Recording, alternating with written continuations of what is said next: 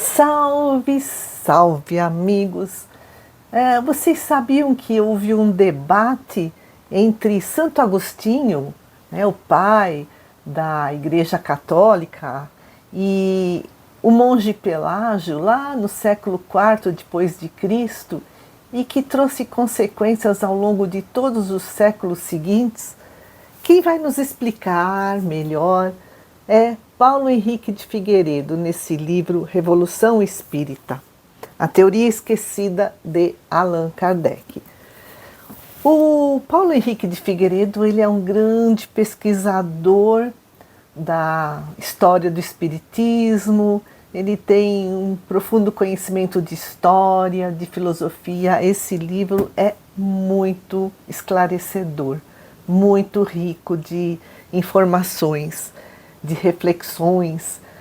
E aqui, então, o Paulo Henrique nos traz, né, detalhes desse debate entre Agostinho e Pelágio, que aconteceu no século IV depois de Cristo. Agostinho de Hipona foi teólogo, filósofo, bispo de Hipona, pai da patrística, né? E o Pelágio, da Bretanha, foi um monge inglês acusado de heresia. Vamos entender por que ele foi acusado de heresia. Agostinho defendia a história de Adão e Eva, que Adão e Eva tinham desobedecido a Deus e por conta disso todo o sofrimento da humanidade, né, foi consequência da desobediência de Adão e Eva. O homem perdeu a sua liberdade e a partir de então Deus escolhe de antemão quem será salvo para voltar ao convívio dos anjos, segundo Agostinho. E a mais culpada de todos nessa história é a mulher, é a Eva, porque ela decidiu pecar, ouvindo os conselhos da serpente. O homem não teria agido assim de vontade própria. Ele foi seduzido pela mulher. E por isso a mulher precisa se manter submissa. E a infância, para Agostinho? A infância é um momento perigoso, é um período de fraqueza, de submissão ao pecado. Para Agostinho, quando o homem faz uso da sua liberdade, é sempre para fazer o mal e pecar, né? Pecar entre aspas, né? A vontade é uma árvore má que produz maus frutos. A vontade de cada um de nós. E a alma teria sido criada perfeita, mas o homem usou da sua liberdade, né? Adão e Eva desobedeceram e aí o homem decaiu. E tem-se a percepção de que no mundo tudo se deteriora, é a lei da entropia, né? Tudo tende à desordem. A gente deixa uma construção abandonada, depois de algum tempo ela vira ruína. Os seres envelhecem, então isso é entendido como a degeneração da humanidade, como um castigo divino. E o paraíso seria um local, assim, um mundo permanente, perfeito. E escreve Paulo Henrique: toda a decomposição de nosso mundo seria fruto do pecado original, né? Lá da desobediência de Adão e Eva. Deus reservaria para os escolhidos outro mundo determinado pela perenidade, pela harmonia constante e absoluta. Para merecer o paraíso é preciso obedecer. Obedecer, né, a Deus, e a obediência é a virtude que guarda todas as outras virtudes. Obedecer de forma cega. Deus espera do homem a sua sujeição. O homem não pode fazer a sua própria vontade.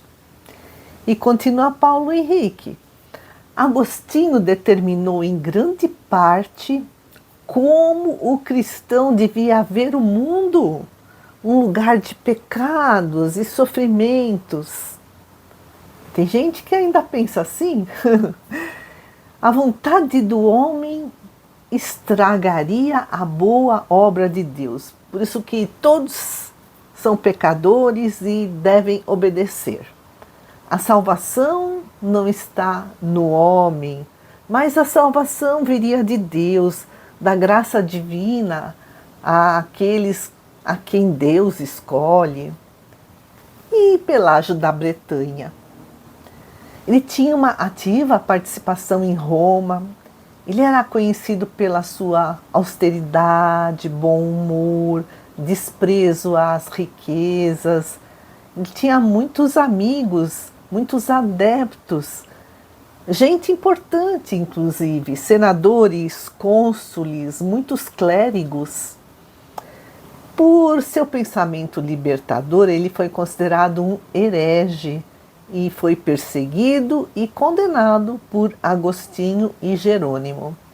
Para Pelágio, o caminho da salvação não está na cruz de Jesus, mas nas nossas boas obras. Então, ajudar os desabrigados, vestir os nus, agir com misericórdia para com os mais simples. Não são esses os ensinamentos do nosso Mestre Jesus? O homem, para Pelágio, age no bem pela livre vontade e não por submissão a Deus. O homem ele tem a autossuficiência, ele tem total liberdade para escolher entre o bem e o mal. Adão foi um mortal, como nós. E seu pecado, essa desobediência lá no paraíso, não é hereditária. Adão é apenas um exemplo de má conduta, assim como Jesus é o nosso modelo do bem. E a infância? É uma fase de inocência e de simplicidade. Jesus falou, né? O reino de Deus pertence àqueles que se assemelham às crianças, à inocência das crianças. E Pelágio fala, a infância, sendo essa fase de inocência e simplicidade, então não era preciso batizá-las. Para Agostinho e Jerônimo, Deus escolheria salvar dentre os que se batizassem. Seria a graça divina. E Paulo Henrique escreve: o pensamento libertador do monge, do Pelágio, tirava as fundações do sistema dogmático da igreja que estava se formando, a igreja, né, apostólica, católica apostólica romana, né? Jesus é o dono do mundo, nosso governador, mas não é o nosso redentor. Os homens se salvam pelo seu próprio esforço na prática do bem. E Agostinho e Jerônimo, no concílio de Éfeso, decidiram perseguir também os discípulos de Pelágio. Pelágio foi excomungado e expulso do seu país. E termina Paulo Henrique aqui a nossa live. Por fim, alguns homens decidiram qual deveria ser a crença dogmática de muitos milhões de cristãos dali em diante, a partir do século IV, né? Muitos milhões de cristãos seguiram esses ensinamentos de Agostinho e de Jerônimo. Amigos queridos, eu agradeço muito a todos que estão aqui conosco e até a próxima.